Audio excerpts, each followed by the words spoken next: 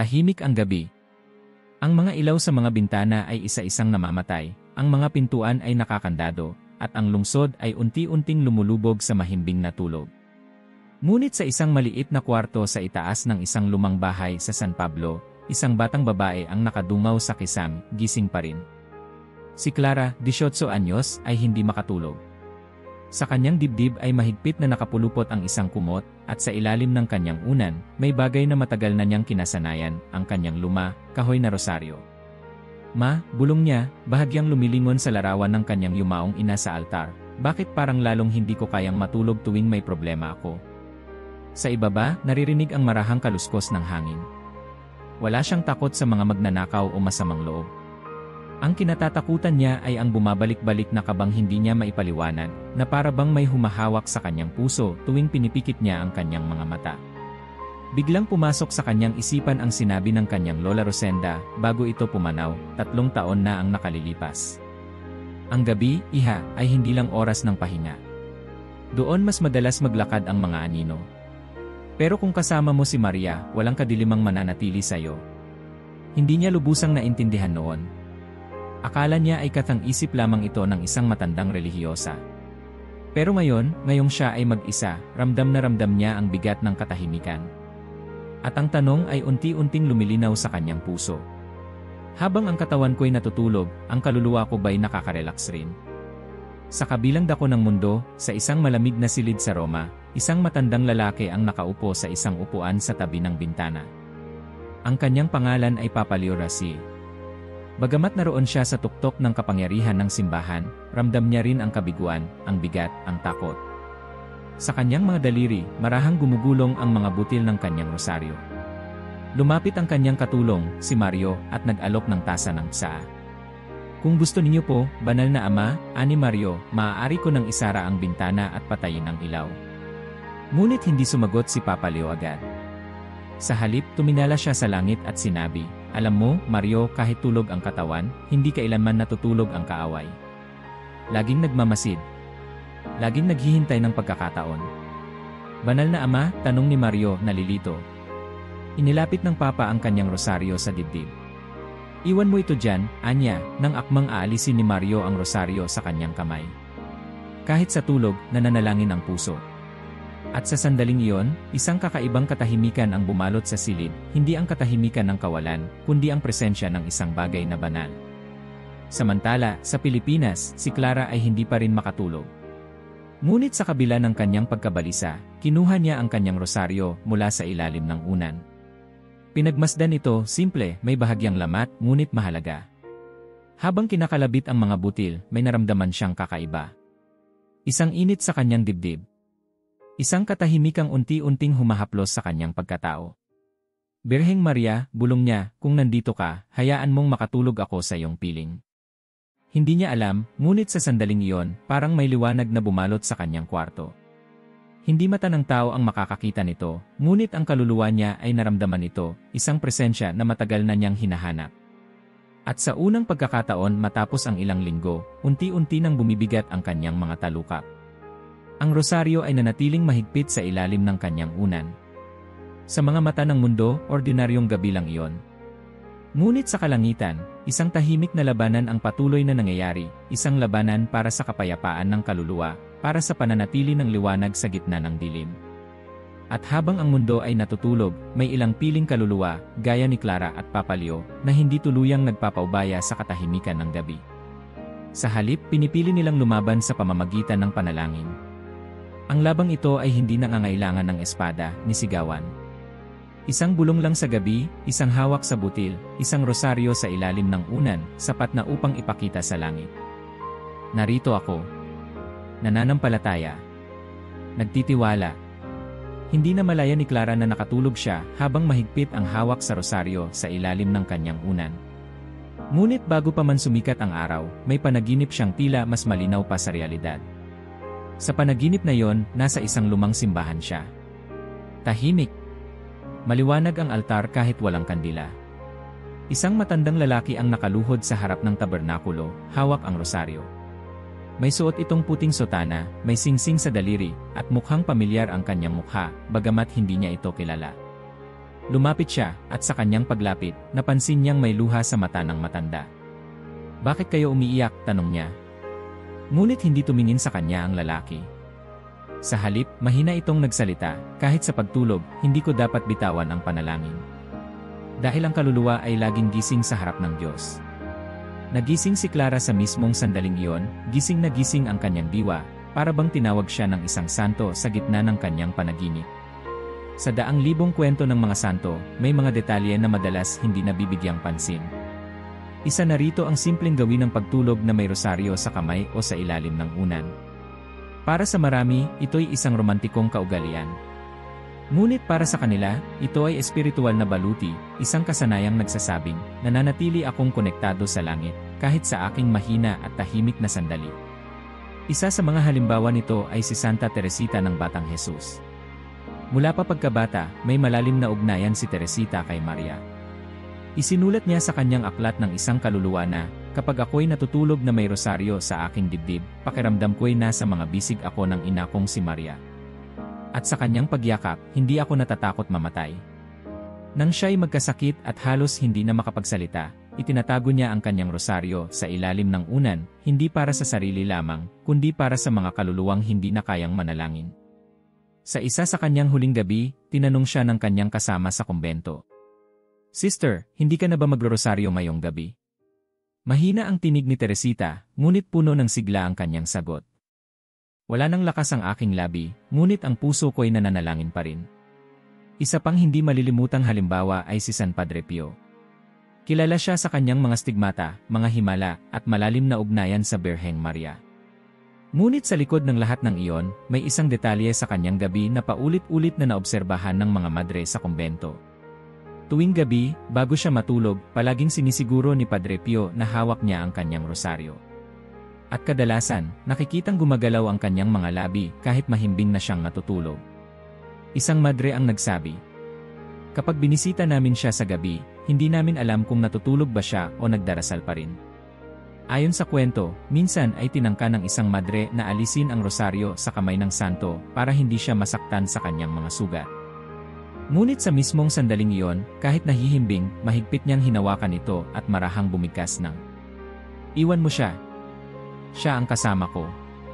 At paano makakalimutan ang kwento ni San Juan Pablo Yay? Sa panahon ng kanyang pamumuno, milyon-milyon ang humanga sa kanyang lakas, talino at kabanalan. Ngunit sa mga taong malapit sa kanya, isang bagay ang palagi nilang binabanggit, ang kanyang mahal sa mahal na ina. Sa kanyang silid, sa tabi ng kama, palaging may rosaryo. Madalas, sa kanyang mga huling taon, natutulog siyang hawak ito sa kanyang mga daliri. Hindi para sa seremonya. Hindi para sa panlabas na pagpapakita. Kundi dahil iyon ang kanyang huling sandigan. Ang kanyang tagapag-alaga ay minsang nagkwento. Bihira na siyang magsalita noong malapit na ang kanyang katapusan, pero palagi niyang inuuna ang rosaryo bago ipikit ang mga mata. Hindi iyon obligasyon. Isa yung paanyaya. Isang paalala na si Maria ay laging kasama niya. At bumalik tayo kay Papa Leo Rossi. Minsan, habang inaayos ng kanyang mga tauhan ang kanyang silid, nakita nilang marumi at magulo ang sapin sa ilalim ng kanyang unan. Akala nila'y papel o lumang tela. Ngunit nang siyasatin nila ito, nakita nila roon ang isang rosaryo na may sirang krus. Tumawa ang Papa at sabay sabing, "Hindi mahalaga kung sira na ang krus. Ang mahalaga, buo pa rin ang panalangin." Sa isang gabi ng taglamig, habang ang Vatican ay abalang-abala sa mga bisita, naabutan siya ng isa sa kanyang mga alalay na nakatulog sa upuan. Sa kanyang kamay ay ang parehong rosaryo, nakapulupot sa kanyang daliri.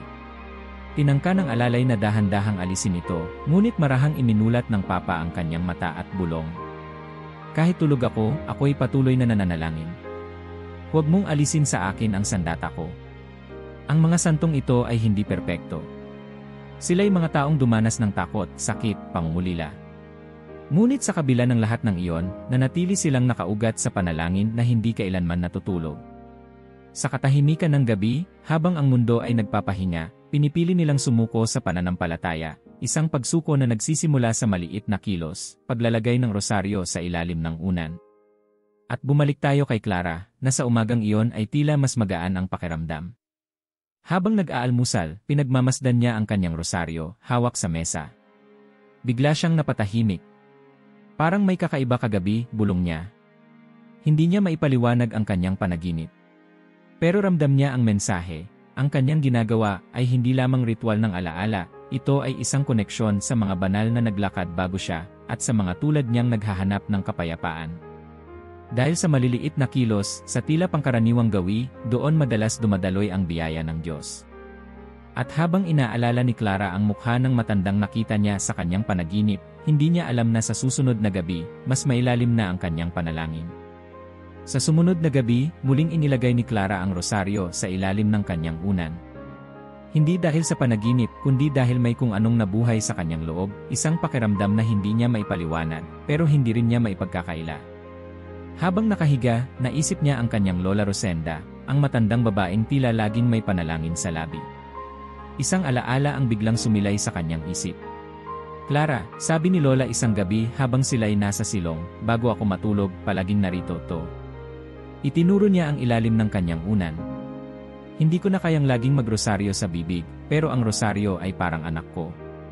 Dito ko siya inilalagay para sa gabi, para hindi ko makalimutang kasama ko si Maria. Bata pa si Clara noon. Akala niya laruan lang iyon. Ngunit ngayon, unti-unti niyang nauunawaan ang kahulugan. Sa katahimikan ng gabi, habang ang kanyang mga mata ay nakapikit na, para bang may aninong dumaan sa kanyang diwa, hindi madilim, kundi may liwanag. Isang damdaming payapa. At sa oras na yon, ang kanyang hininga ay bumagal, at ang kanyang pag-iisip ay tila lumutang sa gitna ng panalangin, kahit wala siyang binibigkas. Doon nagsimula ang kanyang pakikinig sa mga kwento ng iba, mga simpleng kaluluwa na hindi kilala ng mundo, ngunit kilala ng langit. Ang una ay si Tatay Celso, dating sundalo, ngayoy retirado. Sa kanyang maliit na silid sa Bacolod, araw-araw siyang ginigising ng sakit sa balakang. Ngunit gabi-gabi, bago matulog, ibinubulong niya sa kanyang rosaryo ang mga pangalan ng kanyang mga anak, kahit matagal nang hindi nagpapakita ang ilan sa kanila. Kung di man ako marinig ng langit sa lakas ng tinig ko, sabi niya minsan sa kapitbahay, baka marinig ako sa tiyaga.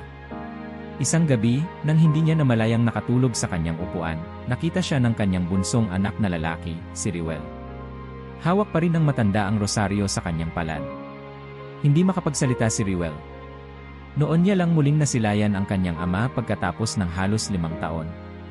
Umupo siya sa tabi nito, at para bang may tumawid sa pagitan nila, hindi salita, kundi panalangin. Sa Bicol naman, si Aling Petra ay kilala bilang masungit na tindera ng tinapa. Walang sinuman ang makapagpapaniwala na may puso siyang malambot. Ngunit isang gabi, habang ang kanyang apong si Mika ay nag-aagaw buhay sa ospital dahil sa dengue, lumuhod si Aling Petra sa gilid ng kama ng bata. Wala siyang masabi, kundi isang galit na bulong, "Panginoon, huwag niyo nang kunin ang bata. Heto, o rosaryo ng nanay ko. Sa inyo na ito, basta iligtas mo lang siya." Ilang oras matapos noon, bumaba ang lagnat ng bata. Walang nagsabing himala iyon. Ngunit tuwing gabi mula noon, hindi na muling natulog si Aling Petra nang wala ang rosaryo sa ilalim ng kanyang unan. Wala nang reklamo, wala nang sermon. Kapag tinanong mo kung bakit, sasabihin lang niya, kasi baka kailangan ko ulit kumatok. May isa pang kwento sa Davao. Si Mang Jun ay isang driver ng jeep. Matagal na niyang nakagawian na isabit ang rosaryo sa rearview mirror. Pero hindi lahat ng gabi ay ligtas. Isang gabi, habang pauwi mula sa terminal, may humarang sa kanya, 2 lalaki, armado. Walang pasahero. Walang saksi. Pero sa halip na manlaban o magmakaawa, bumaba siya ng sasakyan, dahan-dahang hinubad ang kanyang rosaryo mula sa salamin at iniabot ito sa mga lalaki. "Sige, kunin niyo ang jeep. Pero pakisuyo ibigay niyo sa nanay niyo to, sabihin niyo sa kanya, humihingi kayo ng dasal." Tahimik ang gabi. At sa hindi inaasahan, iniwan ng mga lalaki ang jeep. Tinabihan si Mang Jun at tinanong, "Ikaw ba'y pari?" Umiling lang siya. "Hindi. Pero naniniwala akong hindi ako nag-iisa ngayong gabi. May mga himalang hindi kailanman ibinabalita. May mga dasal na hindi kailanman binibigkas, ngunit umaabot sa langit gaya ng insensong umaakyat sa dilim." Sa bawat tahanang simpleng may rosaryo sa ilalim ng unan, may isang piraso ng langit na bumababa sa lupa. Bumalik tayo kay Clara. Kinabukasan, habang naglalakad siya sa palengke, nadaanan niya ang isang matandang babae na nagtitinda ng mga palaspas at rosaryo. Tumigil siya at nagtanong, "Nanay, marami po bang bumibili ng rosaryo ngayon?" Tumingin ang matanda sa kanya, ngumiti. "Kaunti lang, hija." Pero ang tunay na tumatanggap, hindi lang bumibili. Isinasabuhay. Hindi na nagsalita si Clara. Inabot niya ang isang rosaryo, kulay puti, gawa sa kahoy. Ibinulsa niya ito at mumiti pabalik. Sa mga susunod na gabi, mulit-muli niyang naririnig ang mga tinig sa kanyang puso. Hindi sa tainga, kundi sa alaala. Mga boses ng mga taong hindi niya nakilala, pero ngayon ay tila naging parte ng kanyang sariling panalangin. At sa bawat pagkilos ng kanyang kamay sa ilalim ng unan, natututo siyang umasa. Hindi sa mahika. Hindi sa ritual. Kundi sa tahimik na presensya ng Diyos na bumababa sa mga payak na gabi ng payak na mga tao. Sa gitna ng katahimikan ng gabi, habang ang mga bahay ay natutulog, ang mga ilaw ay patay, at ang hangin ay bumabalot sa mga bubong ng mundo, may isang presensya na hindi kailanman nagpapahinga. Hindi ito naririnig, hindi nakikita, pero ramdam sa kaluluwa ng mga nananalig. Sa mismong sandaling iyon, si Clara ay nakahiga sa kama, nakapikit na ang mga mata, ngunit gising pa ang puso. Mahina ang ihip ng hangin sa kanyang bintana. Sa ilalim ng kanyang unan, ang rosaryo ay parang init na humahaplos sa kanyang pisngi. Sa kanyang isip, may tanong na paulit-ulit. Sino ang nagbabantay sa akin kapag wala na akong malay? At mula sa kailaliman ng kanyang alaala, may sumagot. Hindi tinig ng tao. Hindi kwento ng matanda. Kundi ang paalala ng simbahan, na mula pa noon ay inuukit sa puso ng mga tapat, hindi natutulog si Maria. Sa maraming liham at pahayag ng mga Santo Papa, isang imahe ang palaging binibigyang diin, ang pagiging ina ng simbahan ni Maria, ang ina ng mga nananalig, ina ng lahat ng anak ng Diyos. Siya ang bantay na hindi kailanman umuurong. Ang gabing madilim ay hindi balakid sa kanyang mata. Sa halip, ito ang sandali kung kailan siya ay lumalapit ng mas tahimik, mas banayad, mas totoo. Noong si Papa Pio XII ay nagsalita tungkol sa debosyon kay Maria, binigkas niya, kapag ang mundo ay nagpapahinga, si Maria ay nagmamasid. Kapag ang tao ay natatakot, si Maria ay dumadampi. At kapag ang anak ay hindi na kayang manalangin, si Maria ang nananalangin para sa kanya. Sa lumang bahay ng isang madreng retirado sa Ilocos, si Sor Petra, may kwento siyang laging binabahagi sa kanyang mga bisita. Isang gabi, anya, ako'y nanaginip na nawawala ako sa gitna ng gubat. Ang dilim ay mas makapal kaysa sa karaniwang gabi. Hindi ako makalakad, hindi makasigaw. At nang ako'y huminto sa takot, may ilaw na lumapit, isang babae, may suot na bughaw na balabal. Tiningnan niya ako at walang sinabing salita. Pero sa kanyang tingin, naramdaman kong ligtas ako. Nang magising ako, ang rosaryo ay nasa ilalim ng aking pisngi. At alam ko siya yon. Hindi na kailangan ng Sor Petra ng paliwanag. Hindi rin niya kailanman pinilit ang iba na maniwala. Pero simula noon, gabi-gabi niyang inilalagay ang kanyang rosaryo sa ilalim ng kanyang unan. At sa tuwing tinatanong siya kung bakit, palagi lang siyang sumasagot, dahil ang ina ay laging gising. Sa Catechism ng Simbahang Katolika, nakasaad sa #971, ang debosyon sa mahal na ina ay mahalagang bahagi ng pagsamba sa Kristyanismo. Sa kanya, natutunan nating ipagkatiwala ang ating sarili, lalo na sa mga sandaling tayo'y walang lakas. At saan pa ba mas maraming kahinaan kundi sa gabi? Doon bumabalik ang mga alaala. Doon lumalakas ang mga bulong ng konsensya. Doon sumisirit ang mga pangambang tinago buong araw. Ngunit sa gitna ng mga yon, may isang tauhang laging nakatayo sa gilid ng kama ng kaluluwa, si Maria. Hindi upang palakasin ang loob sa pamamagitan ng sigaw, kundi upang ipaalala sa pamamagitan ng presensya, hindi ka nag-iisa. Minsan, sa isang maliit na parokya sa Samar, may batang madre na dumanas ng matinding depresyon. Ang kanyang pangalan ay Sister Lyra. Isinulat niya sa kanyang journal. 4 na gabi na akong hindi nakakatulog. Paulit-ulit ang pangungutya sa isip ko. Wala kang kwenta. Mali ang desisyon mo. Walang nakikinig sa mga dasal mo. Pero isang gabi, inilagay ko ang rosaryo sa ilalim ng aking unan, hindi bilang panalangin, kundi bilang huling pag-asa. At sa gabi ring iyon, sa unang pagkakataon, nakatulog ako. Hindi dahil nawala ang sakit, kundi dahil naramdaman ko na may yumakap sa akin. Hindi ko siya nakita, pero ramdam ko. Ina ko siya. Si Maria ay hindi isang malayong reyna sa langit. Sa mga sandali ng gabi, siya'y ina. Hindi siya hinihintay tawagin, siya mismo ang lumalapit. Siya ang una sa mga ina na gumigising sa unang iyak ng anak. Siya ang hindi nagpapahinga hanggat hindi nakikitang ligtas ang kanyang mahal. Kaya nga, ang simpleng kilos ng paglalagay ng rosaryo sa ilalim ng unan ay hindi pamahiin. Hindi ito magic. Isa itong espiritual na paanyaya, isang pagbubukas ng pinto sa gabi para kay Maria na pumasok, manatili, at magbantay. Kapag inilagay mo ang rosaryo malapit sa iyong ulo, para mo na ring inihimlay ang iyong pagod sa kanyang kandungan. Para mo na ring sinabing, Ina, hindi ko na kaya, ikaw na muna ang magdasal para sa akin. Sa mga librong espiritual ng mga banal, tulad ni Saint Alphonsus Liguori, malinaw ang paalala, ang sino mang tapat na nananalangin sa mahal na ina ay hindi mawawala. At kahit na ang dasal ay humina sa labi, ang rosaryo ay magsasalita para sa iyo. At hindi lang ito totoo para sa mga madre o pari. Sa Tarlac, may lalaking magsasaka, si Mang Eloy. Gabi-gabi, matapos ang buong araw sa bukid, nauupo siya sa harap ng kanyang maliit na altar, isang kahoy na krusipiho at isang rosaryo na minana pa niya sa kanyang ina. Walang sermon. Walang mahahabang dasal. Isang buntong hininga lang, isang bulong, Maria, ako'y pagod na. Kayo na po ang bahala. Sa tuwing sasapit ang 10:00 ng gabi, mapapansin ng kanyang mga anak na lagi siyang nasa kama na. At tuwing umaga, ang rosaryo ay palaging nasa gilid ng kanyang unan. Tinanong siya minsan ng kanyang panganay. Tay, natatandaan mo pa ba kung ano ang sinasabi mo tuwing gabi? Umiti lang si Mang Eloy. Hindi na, anak. Pero si Maria natatandaan niya lahat. Ang ganitong uri ng pananampalataya ay hindi tinuturo sa eskwelahan. Ito'y minamana. Itinatanim sa kilos. At lumalago sa katahimikan ng gabi. Bumalik tayo kay Clara. Sa isang gabi, habang mahina ang ulan sa labas at ang kanyang puso ay puno ng tanong, muling ibinulsa niya ang kanyang rosaryo. Ngunit bago niya ito ipailalim sa unan, hinawakan niya ito ng 2 kamay at marahang pumikit. Maria, bulong niya, wala akong lakas ngayong gabi. Wala rin akong salitang maibubulong. Pero kung narito ka, pahintulutan mo akong magpahinga sa iyo.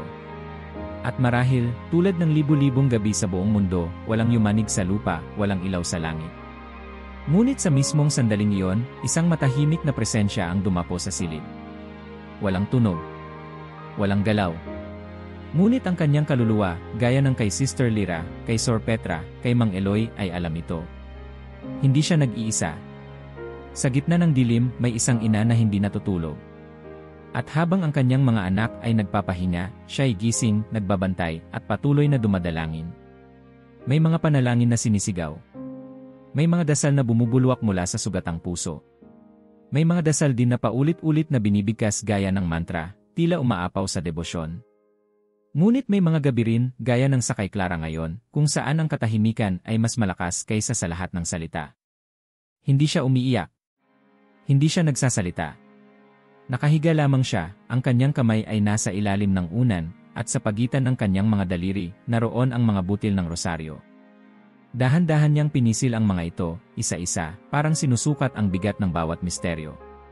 At sa bawat pinisil, may tahimik na dasal ang tumatago sa kalangitan. Sa gabing iyon, walang tinig, walang pagbibigkas. Pero nananalangin siya buong buo. Ang kaluluwa ng tao ay may sariling wika. Isa itong panalangin na hindi na nangangailangan ng tunog. Isang panalangin na hindi kailangang buuin sa tamang gramatika o itugma sa liturhiya. Ito'y bukal ng loob na bumubulong, naririto ako, Panginoon. Wala akong salitang dal, pero dala ko ang aking sarili. Ito ang wika ng kaluluwang mapagkumbaba. At ito rin ang wika ng rosaryong tahimik na nakahimlay sa ilalim ng unan, hindi kailanman sumisigaw, ngunit palaging nagsasalita sa ngalan ng pusong hindi na makabigkas. Minsan, si San Josemaria Escriva ay tinanong kung ano ang dapat gawin kapag hindi na makapanalangin. Sumagot siya, huwag mo nang pilitin ang salita.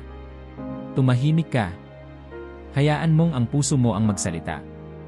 Ang panalangin ay hindi paligsahan ng salita, kundi paglapit sa Diyos.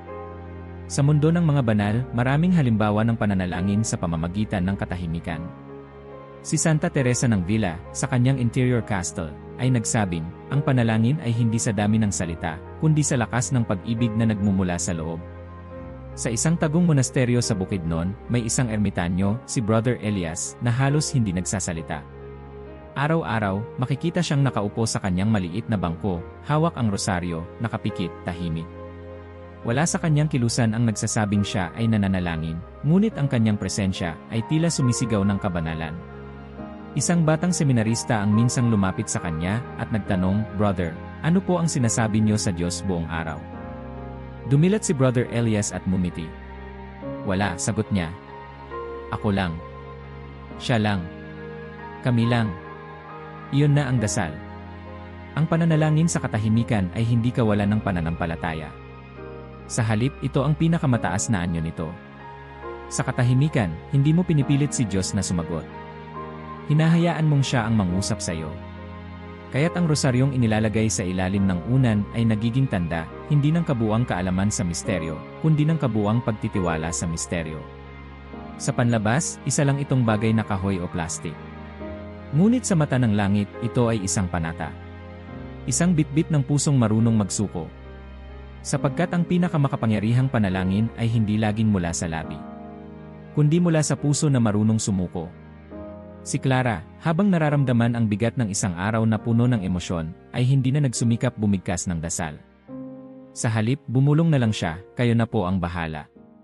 Isang pangungusap na puno ng pangunawa, pananampalataya at pagsuko, tatlong salitang hindi kailangang idikit sa anumang litanya, ngunit sapat na upang buksan ang pinto ng grasya.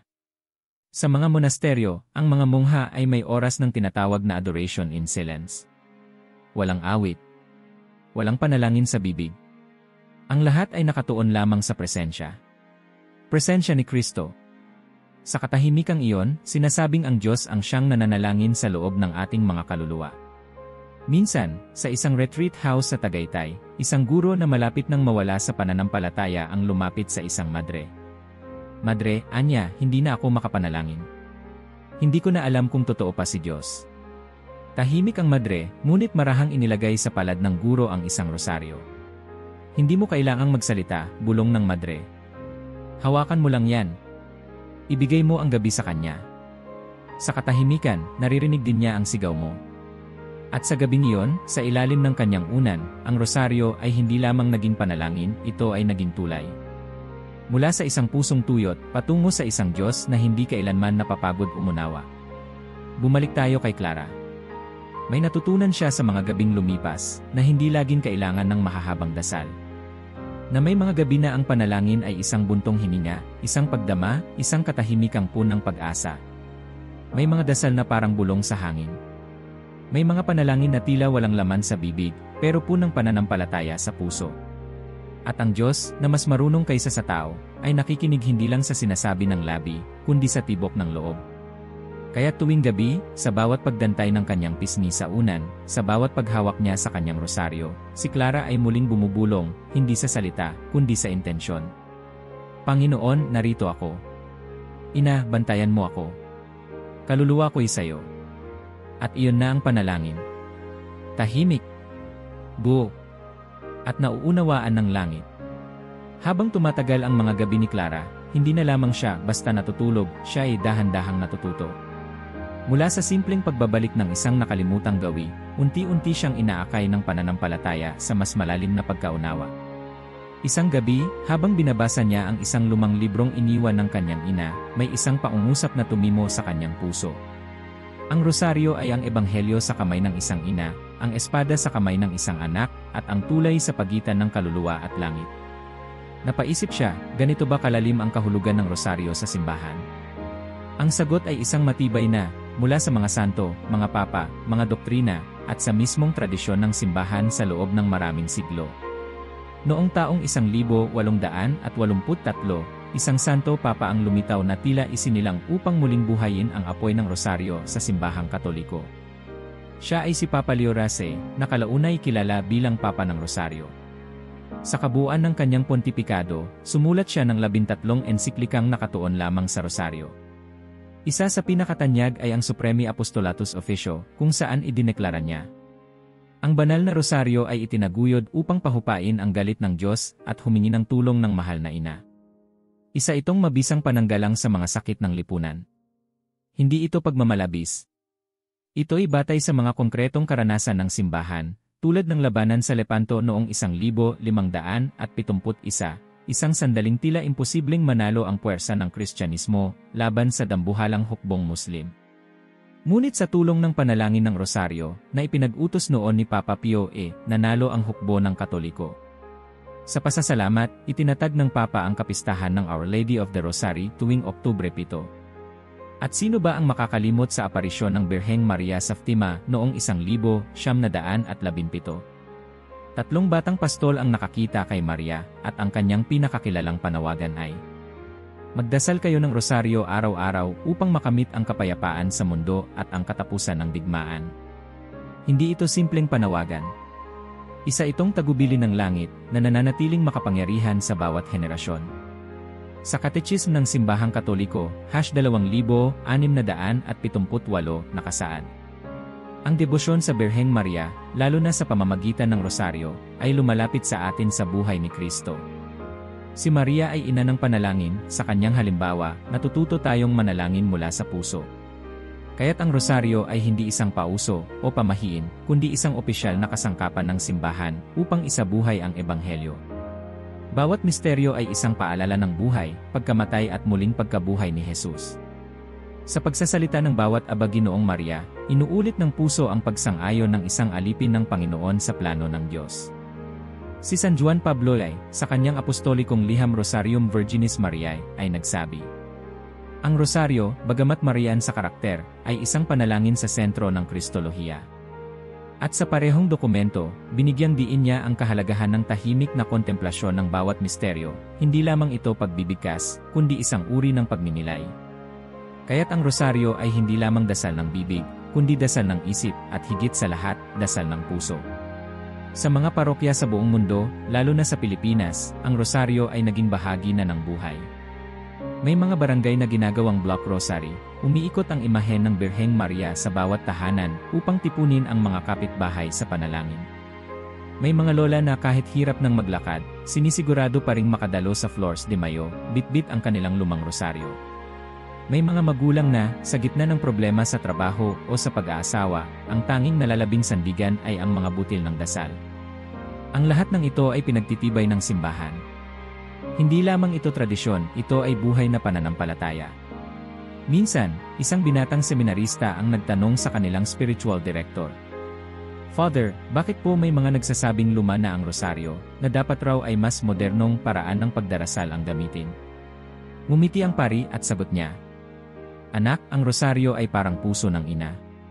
Hindi ito naluluma. Hindi ito nawawala sa uso. Dahil sa bawat butil, nariyan ang lakas ng isang pamilya. At sa bawat misteryo, nariyan ang buhay ni Kristo, paulit-ulit, pero laging bago para sa pusong marunong makinig." Minsan pa, habang tahimik si Clara sa kanyang kama, iniisip niya ang lahat ng ito. Naalala niya ang mga gabing napuno ng takot, na napalitan ng kapayapaan sa katahimikan. Naalala niya ang panaginip kay Papa Leo Rossi. Naalala niya ang sinabi ni Lola Rosenda. Naalala niya ang bawat sandaling tila tinawag siya ni Maria sa gitna ng gabi. Ngayon, nauunawaan na niya, ang rosaryo ay hindi lamang panalangin. Ito ay pananampalatayang ginawang konkretong kilos. Sa bawat Aba Ginoong Maria, hindi lang siya dumudulog kay Maria, siya'y inaakay papunta kay Jesus. Sa bawat butil, hindi lang siya humihiling, siya'y ipinagkakatiwala. At sa bawat pagtulog na may rosaryo sa ilalim ng kanyang unan, hindi lang siya nagpapahinga, siya'y nagbabantay sa piling ng Diyos. Paano kung ang gabing ito na ay ang huli? Isang tanong na bihirang tanungin ng seryoso, maliban na lang kung may sakit, may pagdadalamhati, o may bigla ang pagkawala. Ngunit sa katahimikan ng gabi, kapag mag-isa ka na sa kama, kapag nawala na ang ingay ng mundo, dumarating ito na parang malamig na hangin sa batok. Handa ka na ba? Si Clara ay nakahiga muli, gaya ng nakagawian, may rosaryo sa ilalim ng kanyang unan. Ngunit ngayong gabi, iba ang tibok ng puso niya. Hindi dahil sa takot, kundi dahil sa biglang pagkaunawa.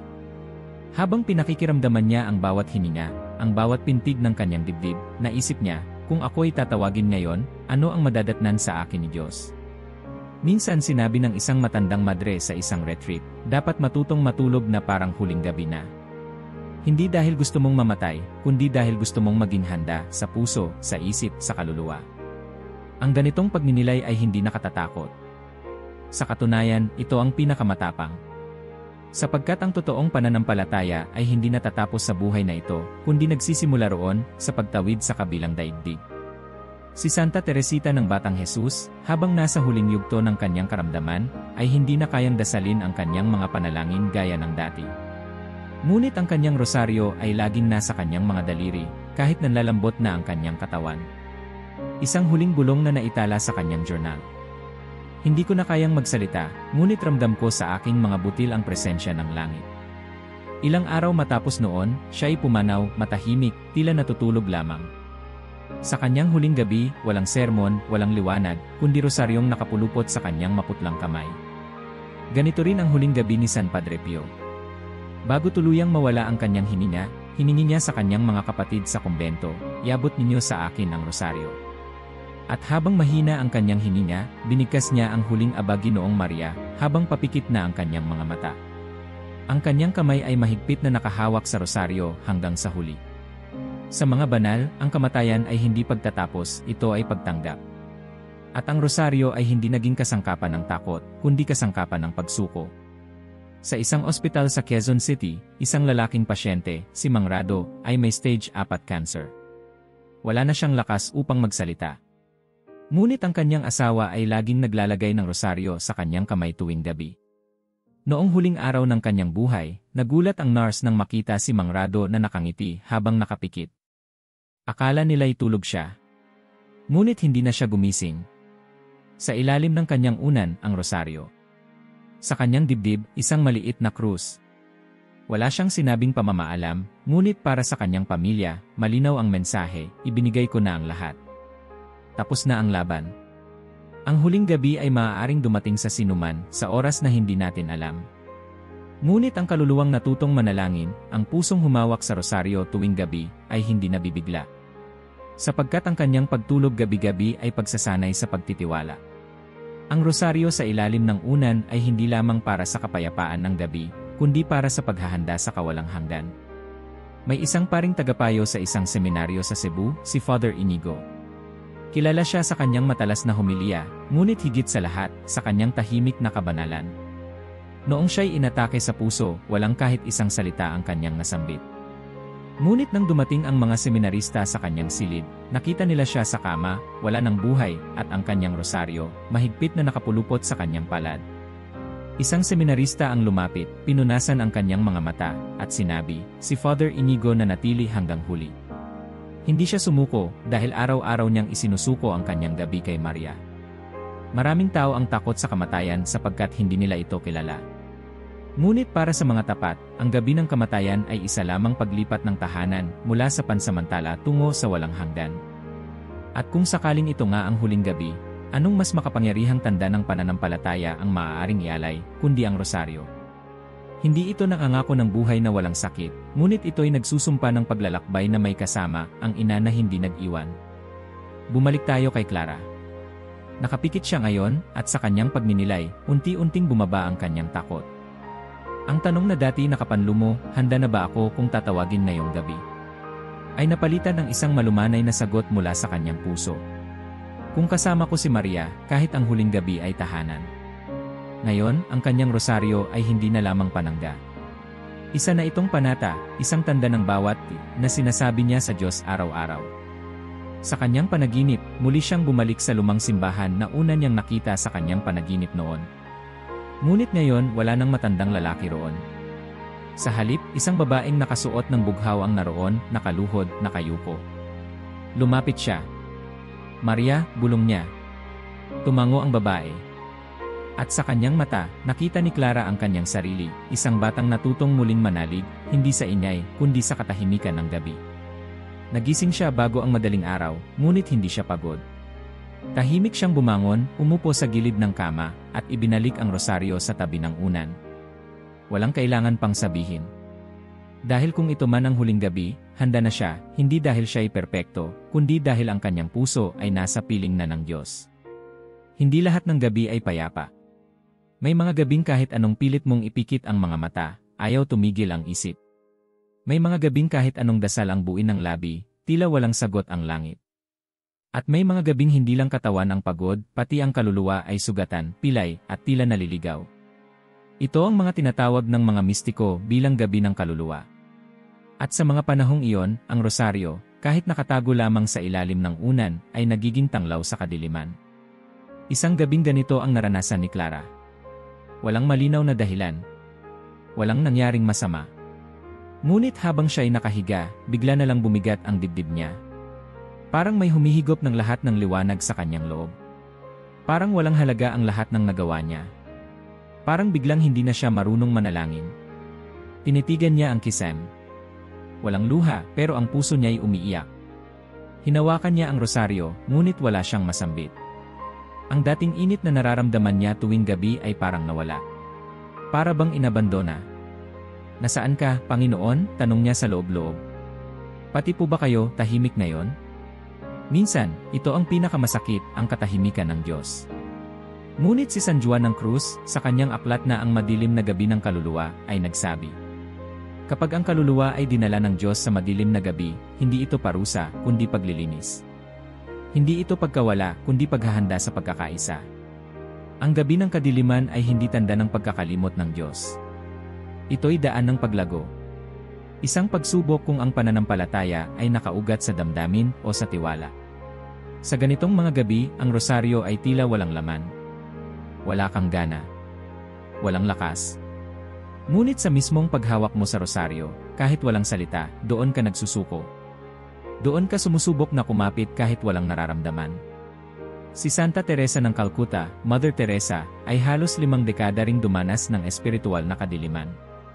Sa kanyang mga sulat, isinulat niya, nararamdaman kong parang walang Diyos. Parang pinabayaan niya ako. Pero araw-araw, kinukuha ko pa rin ang rosaryo, nagdarasal, kahit walang sigla. Dahil naniniwala ako, hindi kailangang maramdaman ang Diyos para siya'y paniwalaan. Ganitong uri ng pananampalataya ang mahirap ipaliwanag, pananampalatayang patuloy kahit tila walang patutunguhan. Pero ito rin ang uri ng pananampalatayang pinupuri ng langit. Sapagkat ito ang pananalig na hindi nakadepende sa emosyon, kundi sa tiwala. Sa isang retreat sa Baguio, isang binatang lalaki ang nagsalita sa harap ng grupo. Ayoko na sanang magsimba. Ayoko na sanang magdasal. Kasi parang hindi naman nakikinig si Lord. Pero isang gabi, habang naiyak ako sa kama, may nakita akong rosaryo sa ilalim ng unan ko. Sa hindi ko malamang dahilan, pinisil ko ito. At doon ko lang na-realize kahit ako, hindi ko na kayang magdasal, pero ang rosaryong ito, parang siya ang nananalangin para sa akin. Tumahimik ang buong silid. At sa katahimikan, alam nilang lahat, iyon ay boses ng kadiliman na tinabig ng liwanag. Bumalik tayo kay Clara. Sa kanyang higaan, hindi na siya nagsalita. Pero hindi rin siya bumitiw sa rosaryo. Hinawakan niya ito, pinikit ang mga mata, at sa pinakatahimik na panalangin, sinabi sa kanyang puso, Diyos ko, kahit hindi kita maramdaman, hindi kita bibitawan. At doon nagsimula ang pagbabago, hindi biglaan, hindi marahas. Parang maliit na apoy sa gitna ng malawak na gabi. Hindi sapat upang maliwanagan ang buong paligid, pero sapat upang malaman mong hindi ka nag-iisa. Sa kasaysayan ng simbahan, maraming banal ang dumanas ng ganitong gabi. Hindi ito kabiguan, kundi pagpipino ng pananampalataya.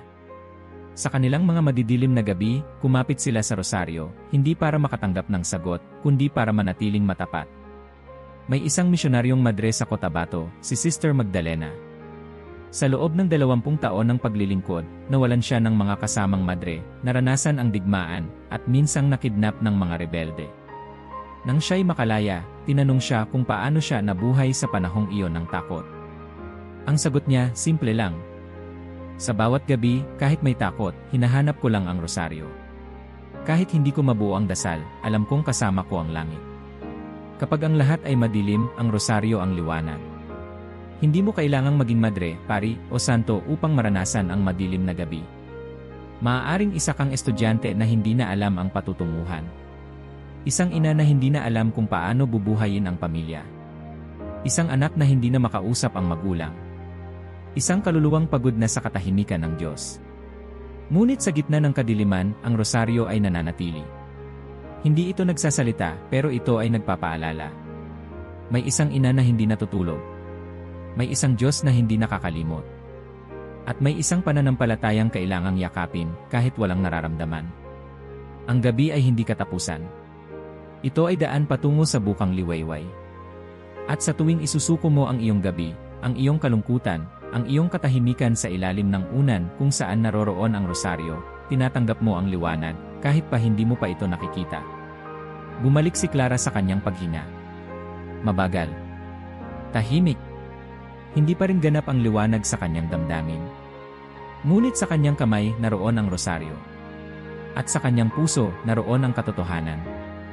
Kahit madilim, hindi ako nag-iisa. Tahimik na gabi. Mula sa isang maliit na kwarto sa San Pablo, may isang batang babaeng natutulog, hindi sa pagkakalimot, kundi sa pagtitiwala. Si Clara, mahimbing ang tulog, may ngiti sa labi, at sa ilalim ng kanyang unan, naroon pa rin ang kanyang rosaryo. Hindi ito ang parehong Clara na, ilang gabi ang nakalipas, ay nagtanong sa dilim kung may nakikinig pa ba sa kanya. Hindi rin siya ang Clara na puno ng alinlangan, kaba, at pagod na kaluluwa. Siya ngayon ay babae pa rin na may tanong, may sugat, may kahinaan, pero may pananampalataya. At ang pananampalatayang iyon, gabi-gabi niyang isinasabuhay sa pinakasimpleng paraan, paglalagay ng rosaryo sa ilalim ng kanyang unan. Mula sa malayo, kung titingnan mo ang kwarto niya, walang kakaiba. Walang rebulto ng ginto. Walang mga kandila. Walang musika ng pagdarasal. Ngunit sa mata ng langit, ang kanyang kwarto ay isang munting altar, isang dambanang gawa sa pagtahimik, pagkapit, at pagpili na magtiwala kahit walang nararamdaman. At doon nagsisimula ang tunay na pagbabago. Araw-araw, habang tumatagal ang kanyang gabi-gabing pakikipagtagpo sa Diyos sa katahimikan, may mga bagay na nagsimulang mabago sa kanyang araw. Hindi na siya padalos-dalos magalit. Mas may tiyaga siyang makinig. Mas madali siyang magpatawad. Mas mabilis siyang tumugon sa pangangailangan ng iba. Hindi niya agad napansin, pero ang kanyang mga kilos sa araw ay unti-unting nababago ng kanyang panalangin sa gabi. Ito ang lihim na hindi agad nakikita ng mundo. Ang paraan ng ating pagtulog ay may kapangyarihang hubugin ang ating paggising. Ang gabi, kung saan inilalagay natin ang ating mga iniisip, ang ating katawan, at ang ating puso sa presensya ng Diyos, ay nagiging paanyaya sa grasya. At sa bawat paggising, ang ating kaluluwa ay may bagong lakas na hindi galing sa pahinga, kundi sa pananampalataya. Si Clara ay hindi nag-iisa. Sa buong mundo, may libu-libong kaluluwang, gaya niya, ay pinipiling magdasal kahit walang salita. Inaabot ang rosaryo kahit pagod. Isinusuot sa ilalim ng unan kahit hindi sigurado kung may nakikinig. At sa bawat gabing ginagawa nila ito, sila ay nagiging bantay ng liwanag sa isang mundong tila palaging nilalamon ng dilim. Sa isang nayon sa Batangas, si Lola Beatriz ay kilala ng lahat bilang matandang tahimik, palangiti, at may dalang rosaryo sa palad saan man siya magpunta. Araw-araw, binabantayan niya ang kanyang mga apo. Tuwing gabi, bago matulog, isa-isang hinahaplos ang noo ng mga ito at binubulungan ng panalangin. Ngunit ang pinakatapat niyang panalangin ay hindi naririnig ni Numan, ginagawa niya ito sa kama, mag-isa, hawak ang rosaryo, bago siya pumikit. Hindi ako sigurado kung naririnig ako ni Jesus, bulong niya minsan sa kanyang kapatid, pero sigurado ako, naririnig ako ng kanyang ina. Nang siya'y pumanaw, ang kanyang bunsong apo, si Leah, ang nagmana ng rosaryong iyon. At gabi-gabi, tinutularan niya ang kanyang lola, hindi dahil naintindihan na niya ang lahat, kundi dahil may alaala ng pananampalataya na iniwan. Ito ang lakas ng isang simpleng gawi, na ang pananampalatayang tahimik ay umaabot hanggang henerasyon. Kung ang isang bata ay lumaki sa tahanang nakikita niyang may magulang o lolo't lola na nagdarasal, kahit hindi siya kaagad sumunod, ang imahe na yon ay ukit sa kanyang alaala. At darating ang panahon, sa oras ng kahinaan, maaalala niya, may paraan pala upang lumapit sa Diyos. Isang rosaryo. Isang dasal. Isang gabi. Kaya't ang simpleng kilos ng paglalagay ng rosaryo sa ilalim ng unan ay hindi lang para sa sarili. Ito'y pagpupunla ng alaala ng pananampalataya sa paligid mo. Isang paalala na kahit hindi ka mangaral, kahit wala kang masambit, ang gawa mo ay nag-iwan ng baka sa iba. At sa mga tahanang ito, nabubuo ang mga munting altar ng gabi. Isang ina na walang oras sa araw, ngunit sa gabi ay lumuluhod para sa anak niyang naliligaw ng landas. Isang ama na tahimik sa simbahan, pero tuwing gabi ay humihingi ng awa para sa pamilya niyang hirap sa pagkain. Isang anak na hindi makalapit sa Diyos sa araw, pero sa dilim ay naglalakas loob na muling hawakan ang rosaryo. Isang lola na hindi na makalakad, pero ang mga butil ng rosaryo ay buo pa rin sa kanyang kamay. Isang batang babae, si Clara, na sa kanyang kwarto, walang nakakarinig sa kanyang panalangin, pero ang kanyang pananampalataya ay umuukit ng liwanag sa langit. Ang lahat ng ito ay hindi saksi ng mundo. Ngunit saksi ang Diyos.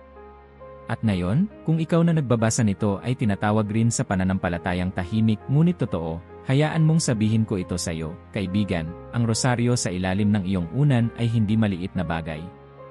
Ito'y panata. Ito'y paanyaya. Ito'y paghahanda sa araw na darating. Ito'y lambong ng ina sa isang anak na pagod. Ito'y paghingi ng lakas kahit walang sinasabi. Ito'y pananatili sa liwanag kahit wala kang makikita. At higit sa lahat, ito'y pagpili. Piliin mong gawing panalangin ang bawat gabi. Piliin mong gawing dambana ang iyong kama. Piliin mong gawing rosaryo ang tulay sa pagitan ng iyong gabi at ng walang hanggang bukang liwayway. Maaari mong isipin, maliit lang ito. Pero huwag mong maliitin ang isang panalangin sa dilim. Sapagkat madalas, sa katahimikan, doon pinakamatapang na naririnig ang kaluluwa. Gawing altar ang gabi. Gawing panata ang rosaryo. Gawing dasal ang pagtulog. At kung darating ang panahon na ikaw naman ang titingnan ng isang batang nalilito, ikaw naman ang babalikan ng isang alaala ng pananampalataya, sana ay makita ka nilang nakahimlay sa isang gabing payapa, at sa ilalim ng iyong unan, ang rosaryong hindi mo kailanman binitiwan. Kaya ngayong gabi, bago ka pumikit, hawakan mo ito. At sabihin mo sa iyong puso, Ina, narito ako.